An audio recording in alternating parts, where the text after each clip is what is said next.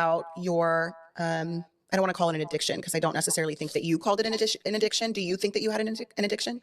I absolutely do think that it was an addiction, to painkillers, you mean? Yeah. Yes. So by accident, or did you like, were you already taking them and you felt the effects? And so you eventually, got to a point where you were abusing them, or do you think that it was more by accident? It was originally, my first exposure was, from pain medication from after having surgery. Right. And so that was accidental. So it started off with, okay, they prescribed me this pain medicine. Oh, it makes me feel different. It makes me feel kind of numb. And so after that point, that's when I slowly started to take more and more and more and slowly abused it. Okay. And your mom was aware of it, but didn't say anything. Correct. Because I think that's what I read in the book, and I was shocked by that. Correct. But that sort of fell into subconscious or conscious plan of, her kind of keeping you close. It sort of helped keep you there, right? Right. That's so interesting. I always wonder with addiction, my mom's an addict and an alcoholic, and so I always wonder how sort of that can happen. It's hard whenever you have someone, there's nobody there to tell you to stop or to pull you away from the edge, but instead encourage. So my mom was on pain medication herself, as well as Xanax. And so she would give me what we call a cocktail. And so that would be a mixture of oxycodone and Xanax together.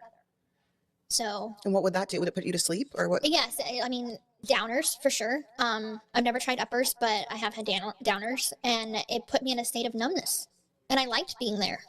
And so would you spend a lot of time in that state of mind, you think? Yes. I know at one point you talked about how you took the last of your mom's pills, and then you guys had to go file a police report in order to get a refill, because that was the only way that you could get a refill on the narcotics. Correct.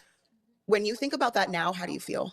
I mean, I definitely feel a lot of regrets because that's, not behavior that I would ever condone or am proud of. But it does put it in perspective as to like what mind frame I was in. Yeah. I mean, but as a mom, you're about to be a mom. Yes. So it's like, could you even imagine like helping yourself and your daughter do something like that? No, I would never. Like, I can't imagine. Like, I would be so curious to know, if she was here today, like where her mind was at in that moment. Cause did she need them at that point, or do you think? She did need them. We were in a car accident in 2001, and it left her with, an injured leg. Okay. And her leg had never healed back fully. Right. So she still had like the pins and screws and plates and hardware to kind of keep her leg, in place. And she suffered from daily pain.